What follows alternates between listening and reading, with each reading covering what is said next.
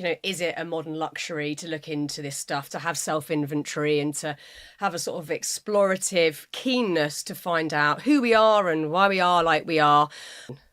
Um, well, I think there's always a guilt about doing some of the most necessary things. So I'm always struck by how people will say, oh, looking at yourself, that's self-indulgent, but then they'll go and book a skiing holiday and that's somehow not self-indulgent or something. It's very odd. Or people will go, Yeah.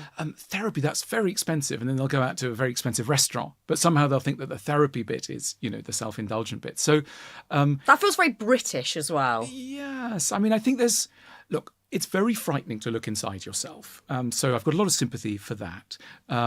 All of us are in flight from aspects of ourselves. There's so much, fear, doubt, regret in ourselves, and who wants to spend a lot of time with that? So, we are so well armed with all kinds of distractions that can keep us buoyant and can feed us a sort of impression that things are okay, which is why often people keep going for a long, long, long time until finally they hit a wall because something is, bigger than their distractive kind of resources.